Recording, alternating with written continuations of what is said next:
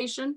Reminder, those over 65 may cast an absentee ballot, checking the last reason under absentee.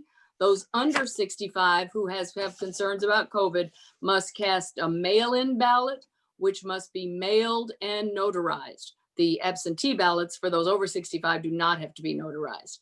And if you choose either of these options and you tend to mail it, you should put a first-class stamp on it to avoid any problems with the Postal Service. With just one quick thing, we have also initiated a Chesterfield Township Democrat biweekly newsletter. And if you're a member, you'll be getting that every other Wednesday. And finally, we'd like to encourage all Chesterfield residents, and also others could join, of a special Jill Shoup phone bank training, an actual phone bank this Saturday at 4 p.m. And the campaign really needs and appreciates our help. We'll be talking to Chesterfield residents and training them on absentee concerns in the voting process, and to be sure they're voting for Jill. And so you can get to that by going to jillshoup.us/Chesterfield phone bank altogether.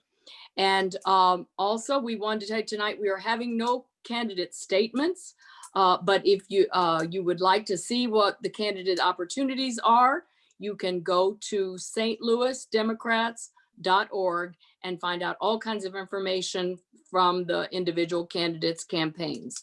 And then finally, for those of you who may not be members of Chesterfield Township Democrats, we would encourage you to go to our website, which is chesterfieldemocrats.org, and sign up. We at About Membership, you can sign up to become a member. And I thank you, and I'll turn it back over to Mike. All right. Thank you, Kathy. Sure. Clean Missouri is a very popular topic right now, and we're fortunate enough to have Mary Timmel, who's one of the organizers for this initiative that's going on. And so because of time, we're going to keep this short, let her start. And if we have a little time at the end, we'll try and get a few questions in for her before she has to join us to go to another organization yet tonight. So Mary. Thank you so much. Thank you all for having me. I was going to share some slides, but it looks like I don't have the capacity to screen share yet. So while we wait for that, so my name is Mary Timmel. I'm an organizer on the No on Amendment 3 campaign.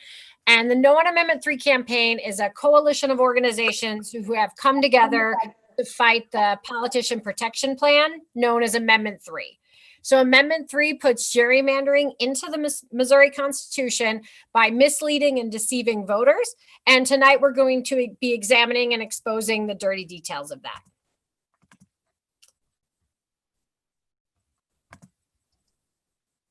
Mary, you now have capability to share. Okay. Yep, there we go. Thanks, folks. All right, that was perfect timing. We just got through the first slide. So, as we mentioned, Missourians voted back in 2018 to Missourians voted back in 2018 for Clean Missouri, which was fixing gerrymandering, making more transparency. And politicians have been working since then to protect their safe districts and allow gerrymandering in the Constitution. So they've spent 2 years and they've got it on the ballot. One of the things that they are hoping to do is they are hoping to trick voters. So when the politicians and lobbyists talk about Amendment 3, they're talking about, their claims are that it eliminates all lobbying gifts. Well, that's a mere $5 change. They also claim that there will be campaign contributions limits for state Senate candidates, and that is only a change of $100. So they're not saying the truth, which is that it's $105. That's the amount of money that we're talking about, and everything else in Amendment 3 is voting to make gerrymandering legal in Missouri. So we want to vote no on Amendment 3. And there are other bad things that you'd expect as well. It has more partisanship, more secrecy, it carves up communities more, and there are weakened protections for voters. And there's also, like we said, more loopholes for gerrymandering. So the new bad things beyond what we already know and what they've already done, there are new bad things, new extreme and radical things in this.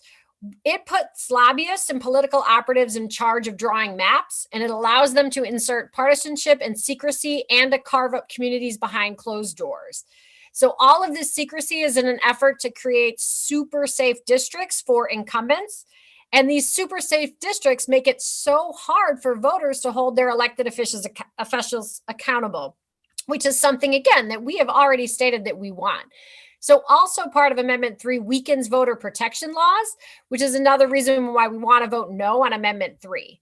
And all of these things are things that you can expect in an effort to make gerrymandering legal, but there are even more things to hate in Amendment 3, the extreme, radical, and discriminatory proposals. So what does Amendment 3 do that is so radical? What it does, potentially the most radical portion of Amendment 3, is that it changes who counts. Amendment 3 proposes to change who counts for redrawing maps in Missouri. So even supporters of Amendment 3 acknowledge that not counting everyone is a very radical proposal. These are states across the United States that count everyone in their maps right now. It's every state. Every state in the US counts everyone in their map right now. The goal of Amendment 3, the explicit goal, is to cut out kids and non-citizen immigrants from the population base for legislative maps. So what does that look like in Missouri? There's a little over 6 million folks in Missouri, its total population. If you change it to be only eligible voters, that's about 4.5 million Missourians. So their radical plan is to leave 1.5 million children and immigrants out of the population when they draw these maps. And the impact of this policy is that it is going to change the political power and limit the political power of the fastest growing demographics in Missouri. So Thomas Hofeller was a national gerrymandering mastermind, and even he talked about this as a way to consolidate power. So this plan has been in the works. National groups have been trying to put a plan like this in place for years. And Missouri is a test case. So there are national thinkers on this. Hofeller was a national thinker, and they are going to use Missouri as a test case for this radical policy that they're trying to change across the country. So the impact of this policy is that 1 in 5 white Missourians wouldn't be counted, 1 in 4 Black Missourians would not be counted, 1 in every 2 Latinx Missourians will not be counted, and 1 in every 2 Asian Missourians will not be counted. So simply put, this is going to limit the political power of the fastest growing demographic groups in Missouri, and it's going to entrench it in white voters. And this is their goal. So if you look at this graph, what it's showing you, and the one on the next page, 21% of white Missourians would be excluded because they're kids and non-citizens. 28% of Black Missourians would be excluded because they're under 18, they're kids and non-citizens. If you look at 54% of both Latinx Missourians and Asian American Missourians are kids and non-citizens. So these are some of, and we're talking about parts of Missouri, that have heavy populations, St. Charles County, the surrounding St. Louis regions, all across Missouri, where kids are some of the largest portion of the population. They're not going to be counted in this when this map gets put together. And so as we know, if maps don't count everyone, representation in the state legislature would be profoundly affected. Communities with kids would lose the most. So when communities lose representation, it leads to a decline in funding. And we have, it's not just the campaign talking about this, right? It is Professor David Kimball of the University of Missouri who talks about a loss of representation in the legislature would lead to a decline in state funding for affected communities and municipalities. The official fiscal note states and reflects this, saying the impact is that individual local government entities expect significant decrease in revenue. And one of the things to talk about this is that if you think about it, communities that aren't counted, if a segment of the population is not counted, the officials representing those districts are harder to hold accountable. And not to mention, when we talk about losing revenue, companies don't want to invest in communities that are moving backward. And that's what this policy does. This is some of the most extreme gerrymandering that the United States has seen since Mississippi in 1979. What has this led to? The radical details in the fine print plus the voter mandate for fair maps in 2018 has led to this bipartisan coalition saying no on Amendment 3. We have folks from all across the state talking about this. The Reverend Dr. Starsky Wilson, of course, the president and CEO of the Deaconess Foundation, has talked about how Amendment 3 is going to weaken the power of Black and Brown communities in the democratic process. And you also have former GOP U.S. Senator Jack Danforth talking about Amendment 3. And he says, quote, Amendment 3 would, quote, overturn voter-approved redistricting reforms before they could ever take effect. And instead, it would substitute a redistricting scheme more extreme than Missouri has ever seen. And so what we're here to talk about, give you that brief overview. Thank you so much for having me. We've got two more slides here, but what we want is to spread the word on Amendment 3 and encourage everyone to look at the details, dig into it, and they'll see why voting no on Amendment 3 is the right thing to do for Missouri. So we have Facebook, Twitter, Instagram presence. You can look there and spread the word. We also have a couple of documents you can get into, and I can send these along as follow-up to the Chesterfield Dems. But there's an overview at cleanmissouri.org. And one of the other things that we really want to encourage everybody to do is to get involved. We have phone banks twice a week. Some of your very nice folks here with the Chesterfield Dems have been part of these phone banks for a long time. It's so important when voters find out what's actually in Amendment 3, they are ready to vote no. We just need to get the word out. So at cleanmissouri.org/volunteer, we have phone banks on Wednesdays and Fridays. You can sign up there, and I'll send this information along also to your organization. And then you can donate. It takes people, power, and money to win. So we need both of those. You can donate at cleanmissouri.org/donate. We have some stickers and signs and masks, things that you can get to show your support. So we'd love to have you volunteer. We'd love to have you donate. And thank you all so much for having me. I'm going to stop the presentation and exit out of that screen share. All right. Thank you very much, Mary. And good luck.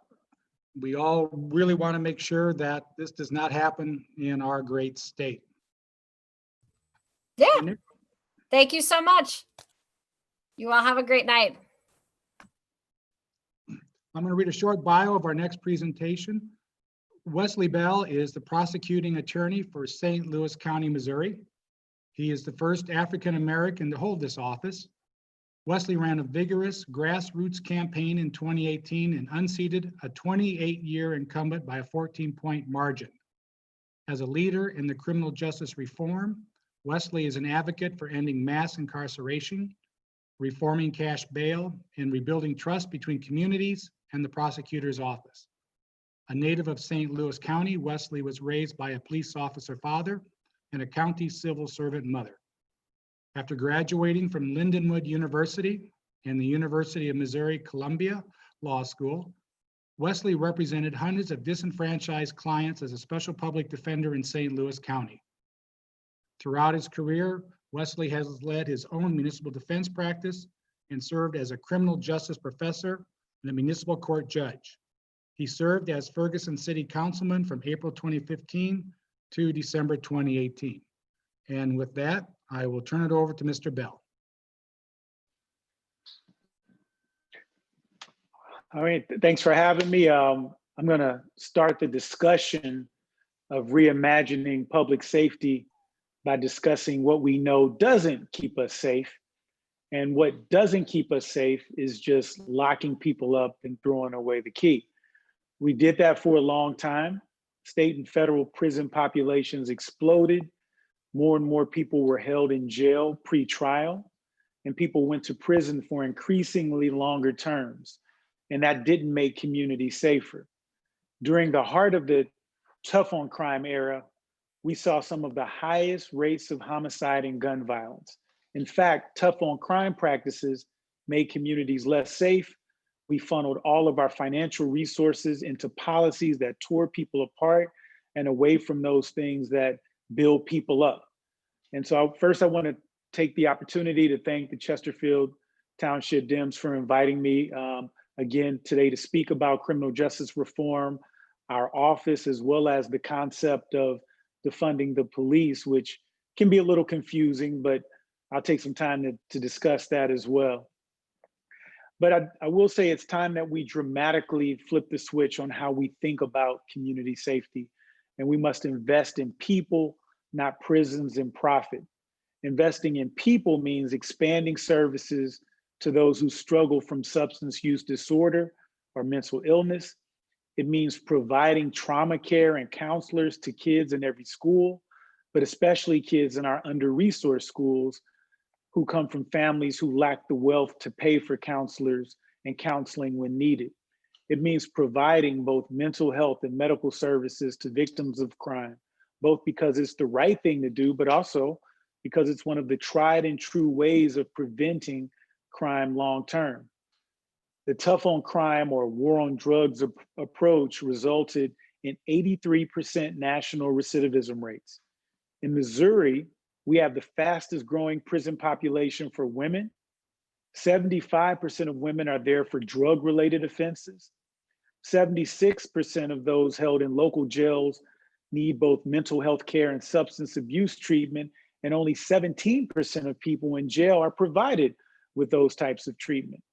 This is a system that claims to be about public safety, but in reality has the opposite effect, and again, makes us less safe. And so the concept defunding the police, and to be honest, to be perfectly candid, there are some on the extreme that interpret that as literally defunding and doing away with police. But this movement overwhelmingly is not about that. Overwhelmingly, it's about reallocating resources within the police department to address the root causes of crime and not just invest in weaponry and guns, but also social services that are badly needed in many communities. And to be fair, and to be perfectly fair, I mean, as many of you know, my father is a retired police officer, and the blame does not go just on the shoulders of law enforcement. Systematically, we have in this country, we've reduced funding to mental health facilities. We've reduced funding to hospitals, social services that such as access to treatment and services that, if given, are proven to reduce the likelihood one will commit a crime in the first place. It took an election for us to even expand Medicaid across our state, which was money that was already set aside for us. So when we talk about that, I think it's important that we understand what is meant by that term. And I'll admit, now I don't think it's the best term, and I think it is, again, a little bit confusing. But I think it's important that we deal with the facts. And just to use as an anecdote, when we talk about the term Black Lives Matter, it took us years at least took some years to realize that Black Lives Matter is not to be read as only Black Lives Matter, but should be read as Black Lives Matter too, or Black Lives Matter also. And I don't want us to wait several more years to understand the concept of defund the police. So this discussion is encouraging. And so when we think about that term, think about other ways that we can use the budgets with law enforcement, not just for more police, but it could be for more social workers. Quite frankly, there are things that fall that we burden police officers with that they are not equipped or trained to do. When someone is dealing with a mental health episode, it requires a mental health expert, and oftentimes and I would say all the time, officers are not properly and adequately trained to deal with those types of situations.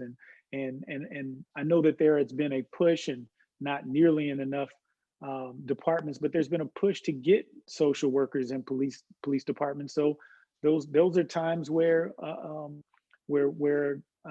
social worker could be responding to a call, and obviously not a dangerous call, but when there's a situation that we know deals with mental health or something that requires a specialized individual, we want to have those resources at our police departments that invest in preemptive and proactive ways to prevent crime in the first place, or help de-escalate a situation that an officer, oftentimes with, in many of our departments with no college education or special training, we by default we put that burden on many of our law enforcement officers, and that's not fair to them as well.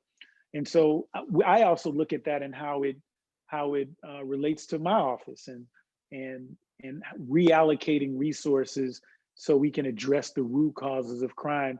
And many of these programs we've already been spearheading. So you could also call it defunding the prosecutor's office, because we have been reallocating resources for certain things. Like, for example, we created a conviction incident review unit, which is a walled off unit that reviews and litigates allegations of wrongful conviction and investigates and prosecutes all cases involving public officials and as well as police misconduct, including excessive use of force. We're in the process of dramatically increasing our services to crime victims. For example, and since the time I took office, we've worked hard to increase our diversion programs to off-ramp people with substance use disorder out of the criminal justice system and into treatment. We created a community engagement unit to connect with and be visible in our community.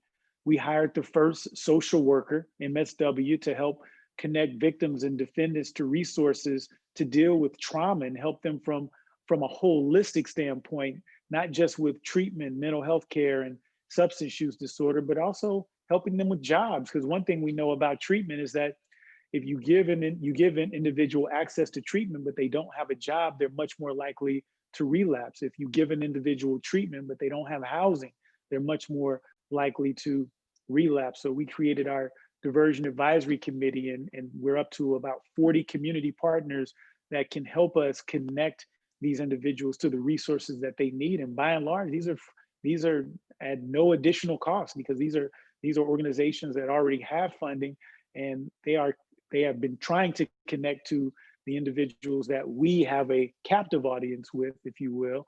And so it's a marriage of convenience that we have these individuals, and now we can connect them to the different resources that they need.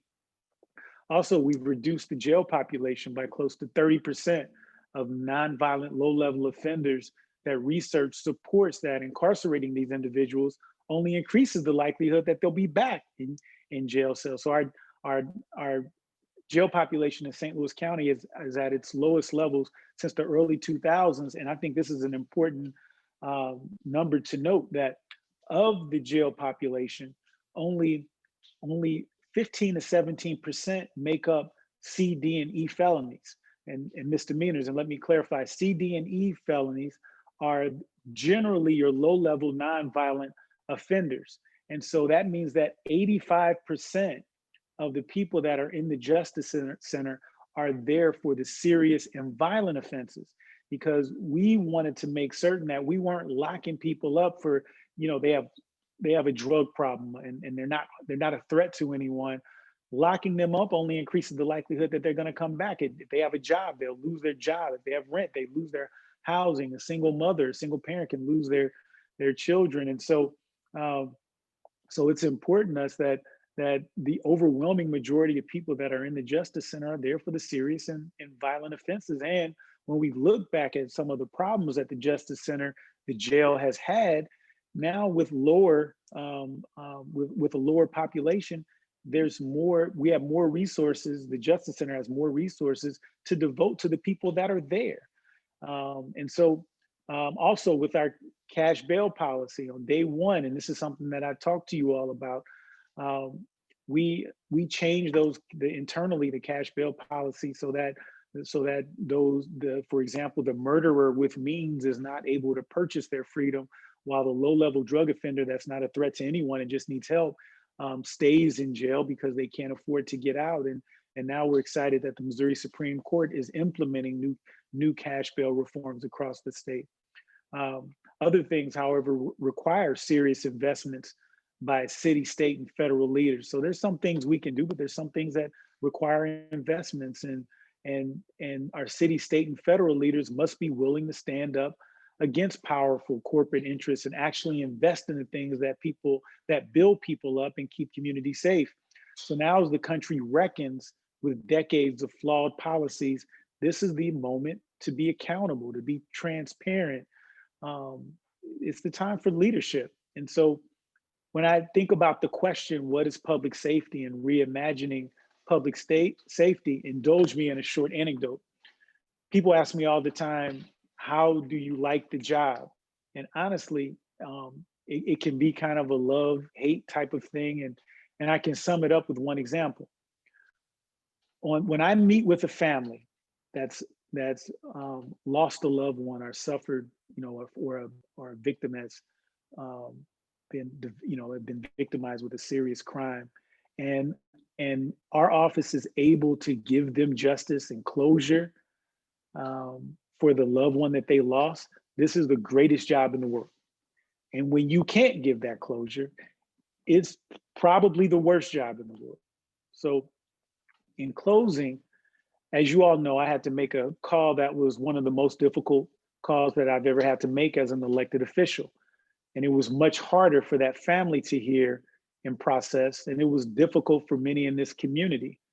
When the daily protests subsided 6 years ago, the community's pain did not end, and I realized that by announcing the results of my own office's investigation, results many did not like, it opened up old wounds and invited more questions about one of the most painful and important moments in St. Louis County history. And the truth is that in many ways, I would have rather avoided that moment, and some thought I should, but this matter was certainly not closed when my predecessor closed it, and certainly not with the family and not with many in this community.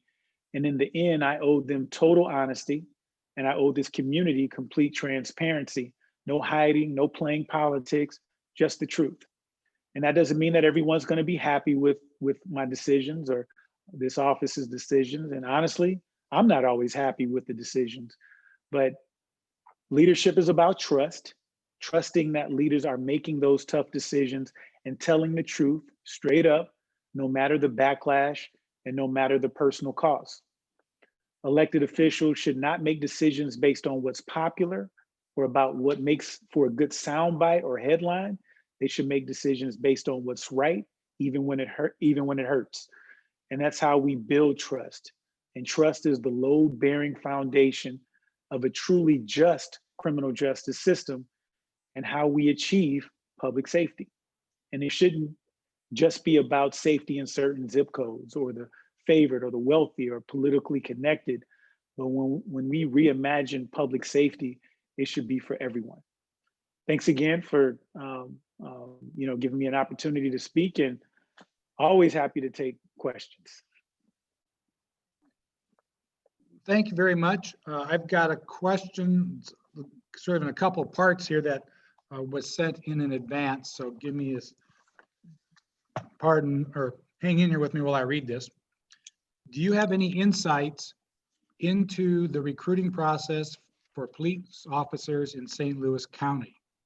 Are candidates required to pass personality and leadership assessments? And are diversity programs included in their training? So this is a really good question, because I think this offers us the most opportunity to see real positive change in law enforcement. And so to answer directly, there with personality, so I'm going to interpret that as your psych tests and things of that nature. Most departments do require a psychological test upon hiring. But I think the problem is that once that baseline is established, the overwhelming number of departments are not continuing that psychological testing to determine where an officer is at a particular time, because let's be honest, this is a very stressful job. And to do one psychological test and just leave it there, I don't think that captures I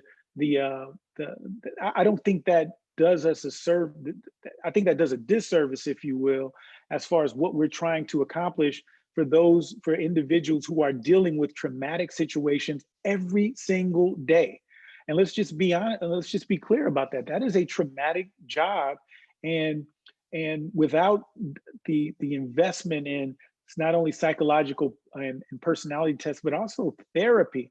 And, there's a macho culture of police officers. They don't want to admit that they need help. But I think that if we're willing to invest in and continue to invest in police salaries, which, everyone wants to make more money. I don't hold that against them. When we invest in weaponry and things of that nature, I think it would benefit us to invest in the training, the testing and those things that are so important, and as well as diversity training. And right now, yearly after post, officers have to have about 8 hours of 16 hours, I believe, a year of testing. 8 hours is in the field, and don't hold me if I'm a little bit off on an hour or two. And of that, about 1 hour is dedicated to racial sensitivity, cultural sensitivity, and things of that nature, and is generally just an online program where if one chose to, they could just play it and let it go.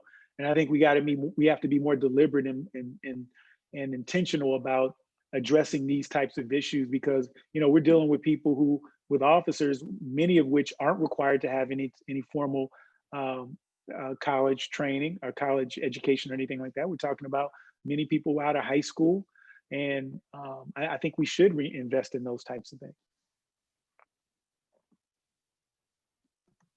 All right. With all the discussion about gun rights, the question here is, what can we do about too many guns in the wrong hands? I am a big supporter of Moms Demand Action and common sense gun laws. And sitting in this chair, in the space that I'm occupying now, if you will, I see firsthand not only how our gun laws make us less safe, but from a prosecutorial standpoint, it makes it a lot harder to prosecute gun cases. When everyone has a gun, it just makes it so much harder. And then we'll add on the stand your ground laws, which Missouri passed. And some of you recall the Show Me's murder. And that was a case where we knew it was going to be tough to win, but we felt that was a case that needed to be prosecuted. But the problem is, because of our gun laws and stand your ground laws, that made that case so much harder to prosecute. Now it ended up being a hung jury, and so instead of retrying it, we reached an agreement with defense counsel, and so that individual did serve some time. But we were just a couple jurors away from that individual getting off just scot-free, and that wouldn't have been right. But as a result of our gun laws, where people can just carry guns at will, we got to make those changes. And I think Moms Demand Action is right on point with their advocacy for common sense gun laws. All right. I'm going to go to another one that was sent in advance. Are you familiar with Reddit Hudson, who is the co-founder of the National Coalition of Law Enforcement Officers for Justice? And is he working with the county? So Reddit is an advocate against gun violence. And so indirectly, he does work all over the region. Now, he works in the diversion unit for the circuit attorney's office in the city. So that's his day job. But he is one that through different partnerships and organizations we've worked with. I was actually just on a panel with him last week. And so he has been an advocate, and I think a common sense advocate. I say that in the sense of as a former police officer, he is able to see it from both sides of the coin, if you will. And I think we both agree that there are reforms that we need to see in law enforcement, but at the same time, we know that that's a very tough job, and our law enforcement brothers and sisters do need support, but we want to make certain that they have the proper support, which includes training, and includes sensitivity training, implicit bias training, and I think that those are important. And I think, and I don't want to speak for Reddit, but having heard him speak, I think that he agrees. Okay. Here's one that says, if you had a magic wand and could change one thing, what would it be? Man, you know what? I got an answer for you, because there's several things I can think of, but one thing that comes to mind. I got an opportunity to visit Portugal with Fair and Just Prosecution. They're an organization that supports reform-minded prosecutors across the country, and so about 15 of us got to observe their criminal justice system. And one thing that they did 20 years ago is that they did not legalize small amounts of drugs, but they decriminalized small amounts of drugs. And so essentially, if you get caught with under a certain amount, which they classify as personal use, you will not be prosecuted criminally. You will be given a ticket to their dissuasion courts, which are under their public health umbrella. So you'll never be prosecuted criminally. They're going to send you to get treatment, and the amounts that you can carry are public, so people know what they can have, what they can't. And if you get caught with under that amount, you won't get arrested. You won't, again, you get sent to the dissuasion court. And so, in addition to focusing on the root cause and putting that person on a path to recovery, it also takes away some of the tension between many of our at-risk communities and law enforcement, because you're taking away one of the biggest roots of aggressive policing, small amounts of drugs. And so you're taking that off the table. And so when we did a walkthrough with some of the law enforcement officers, this was a poor community, but you did not see the tension that you would see here in many places, because people weren't worried about being locked up for small amounts of marijuana or what have you. So if I had a magic wand, my ask or my wish would be to take small amounts of drugs. We're not talking about drug dealing. That's a different animal, but small amounts of drugs, and put it under our public health umbrella to give individuals the help that they need, because we're gonna all be a lot safer when you address the root cause, and most importantly, you're gonna help a lot of people who need it. Thank you for that question. That was a very interesting answer. Something to really think about. Agreed. Sort of in the same open-ended type questions, what is the biggest surprise you had once you took office?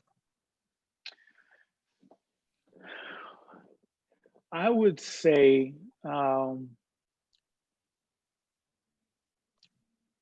I don't know if it's as much a surprise as something that I alluded to earlier is, I make a point, and I know and not to take anything against them, my predecessor didn't do this, but I make a point with any family that's lost a loved one or a serious crime, if they want to meet with me personally, I give them that opportunity. Some want to, some don't, but I want to make sure that if they have questions, that they can come to me. And that actually leads me to a second thing that's also related. And I think I'm surprised at how much I've seen that families appreciate that, to know that I'm taking my time to meet with them, and that if we need to meet 2 or 3 times, we'll do that. And when I go to crime scenes and a family will have lost a loved one, and they can't go see their loved one because the law enforcement is still processing the scene, but I'll make a point to go over to the family if they're there and talk to them, and they appreciate that. I think that knowing that we're visible, that our office is there for them, and they're hearing from me and our attorneys and our staff directly, the impact, the positive impact that has on families who are suffering with some of the worst things that we can imagine. I think that surprised me the most, because honestly, the first time I went to a crime scene and the family was there and the officer said, "Hey, they might want to talk to you," I was like, "Really? Why would they want to talk to me?" And I've come to see that I it doesn't take away their pain, it doesn't make them whole again, but I think they just appreciate that we're showing that we care and that they matter. To reference a term you used in your remarks, defund the police, that has really become a political partisan hot button. Is there a more descriptive term that you think should be used so it doesn't cause a partisan response? Sort of condense it down into maybe a new framework. Unfortunately, I wasn't on the planning committee for this, for the rollout of this term. I actually agree. I think sometimes we do kind of trip on our own toes when we give the other side the fuel on the fire that they're looking for to politicize a particular issue. And so I would think, it's probably not as flashy, but reallocation of resources. But again, that's probably not going to look as it's not going to be as catchy on any lit pieces or anything like that. But I think more accurately what it means to the overwhelming majority of us, and when I mean that literally, is just it's reallocation of resources to address the root causes of crime and to give and to provide the resources that we know actually reduce crime and help people. So if on off the top of my head, and I'm like, again, I know it's not catchy, but reallocation of resources, ROR, I don't know. I'll think on that one though. Well, one comment came in while you were speaking, used the term demilitarized police. I know that gets talked about with types of weapons and things, but want to switch a little bit here. I'm going to read the question here. Can you talk about the diversions from criminal court to drug court or other? Absolutely. One thing that I talked about from the very beginning, and I'm proud of, is our commitment to diversion programs, and to put this in perspective, and I believe I talked to you all about this, is prior to to my administration, St. Louis County was the lowest. We were the lowest functioning diversion courts in the state. Kansas City, which is about 600,000, so about a little more than half of our population, was treating about, in 2018, treated about 550 people in their treatment courts. The Boot Hill, with about 60,000 people, treated about 80 people in their substance abuse alternative courts. St. Louis County, with 1 million people, the largest jurisdiction in the state, we treated 75 people in our treatment courts. And so, and those are just the alternative courts. So what we've done is, in addition to advocating for more people to get into alternative courts, and so in all of the alternative courts in 2018, you had about 200 people or so. That includes substance use, mental health. Mental health had about 15 people in it, 15, not 50, but 15 people. And then DWI courts had about 100 or so. And so one of the reasons for that is that the prosecutor's office prior to me was a stop sign. If we don't allow someone in alternative courts, they don't go, because we have the discretion to prosecute or not prosecute. And if they're getting prosecuted, they don't go into the all courts. And so this office was saying no. And so once we got into office, that turned into, in many more cases, a yes. And so we have now about 1,000 people in the alt courts alone. Adding a layer to that, we also created our pre-diversion, prosecution-led diversion, I should say. And so we have contacted about 300 people to enroll in our diversion, which is pre-charge. So someone, before the person gets charged with the crime and has to deal with that on their arrest record, we try and identify those individuals and divert them into our diversion programs pre-charge, and that's 300 people. And then we have 800 warrant applications for low-level nonviolent offenders that we have pulled and assigned to our diversion team for monitoring prior to enrolling in diversion program. So you're talking about going from 200 to about a couple thousand. And also our deferred prosecution agreements, because there's some people that might get caught with a small amount of marijuana, but they don't have a drug problem. But we don't want to give them unnecessary treatment. And so for someone like that, we have what are called deferred prosecution agreements, where we give them, where the agreement is that we will not prosecute you. You sign this agreement, you don't get in trouble for a year, and we won't charge you. And if you do get in trouble, we reserve the right to file charges. And so we started our first deferred prosecution agreement 16 months ago. And what I'm really excited about is that we know that across the country, our recidivism rates across the country are 80%.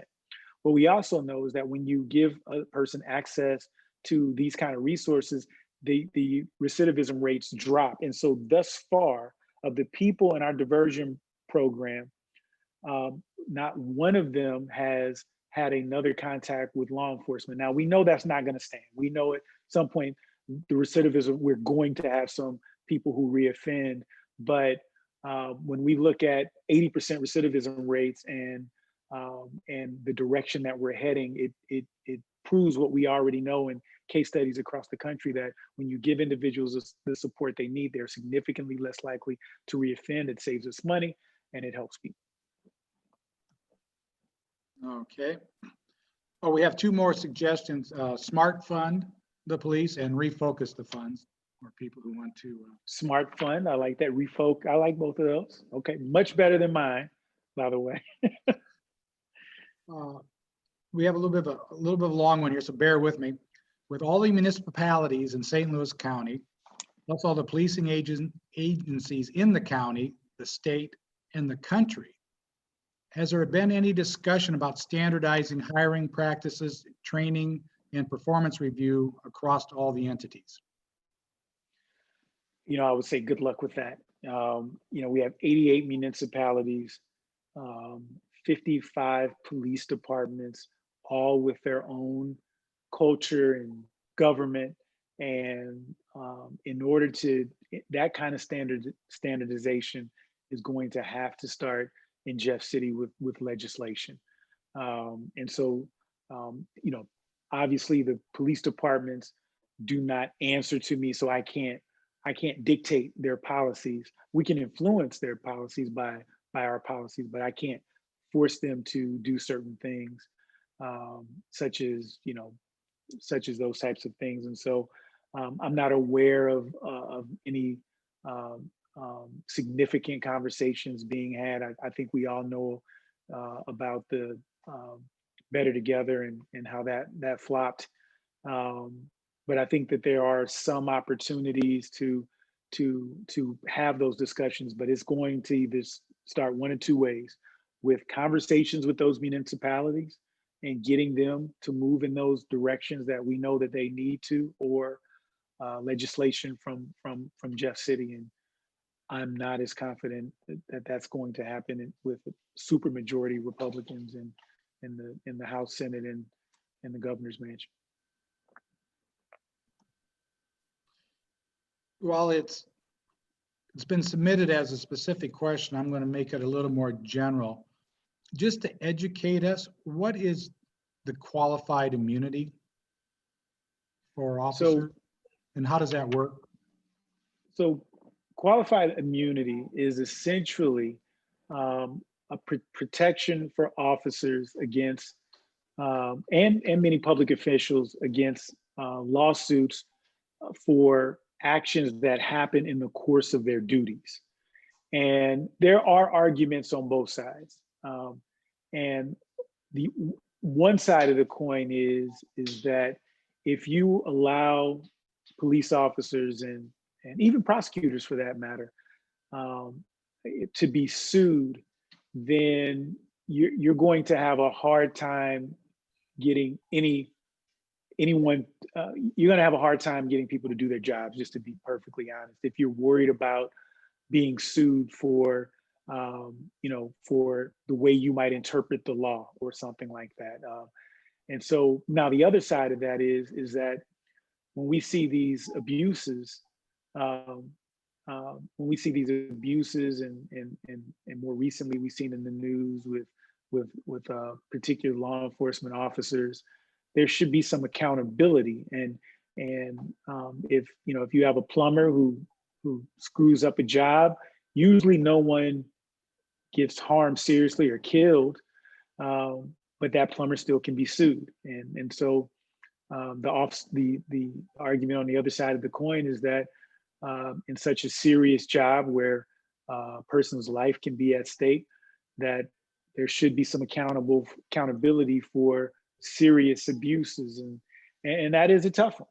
That is a tough one, because looking at this job, I could imagine every single person that we prosecute. We get about 9,000 cases that come to our office every year, and we prosecute in the range of 5,000 to 6,000 of them a year. We would probably get sued by 5,000 to 6,000 people, because if you're getting prosecuted, why not? And so, yeah, but we don't have to have an either or. There's some room in between to address the serious abuses, and I think that there are some opportunities to have those kind of conversations.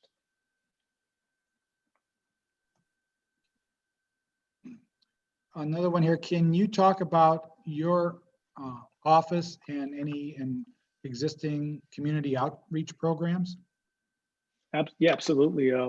One thing that we did in our, so we won't call it defunding, we'll say in our SMART prosecution, as one of the suggestions is that we didn't get additional funding to create our conviction integrity review unit.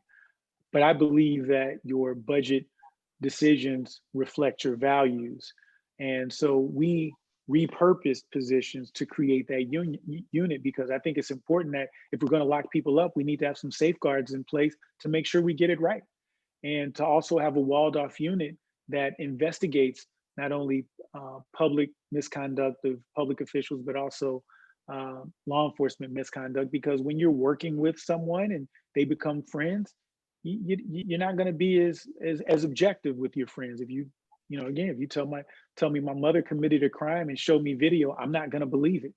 And so that's why we created this walled off unit. So this unit does not deal with law enforcement and does not have those same relationships. And so they can be more objective. And so we have reallocated resources from our office to do things like that. Our diversion program, when I came in the office, there was a one part-time attorney that handled all the diversion programs, and that part-time attorney also had homicides that she had in a regular caseload. So you can imagine that she was not giving her full attention to diversion programs. So what we did was we brought a full-time person We also brought support staff. We brought a second attorney. And so now we've expanded our diversion program to about 4 or 5 people. And we did not get extra budget for that. We repurposed positions to create this unit also. And that's the same thing with our community engagement unit. There had never been a community engagement unit in our office.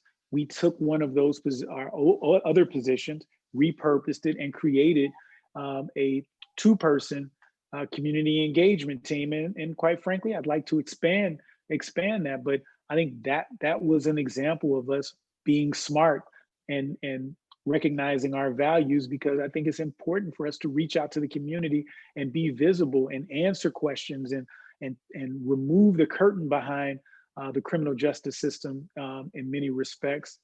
And that was important to me. And Captain Clay Farmer, if you follow him on social media, you would know that he doesn't just talk community engagement, he lives it and breathes it. And I worked with him prior to, and I saw it. We worked together on a lot of community policing initiatives.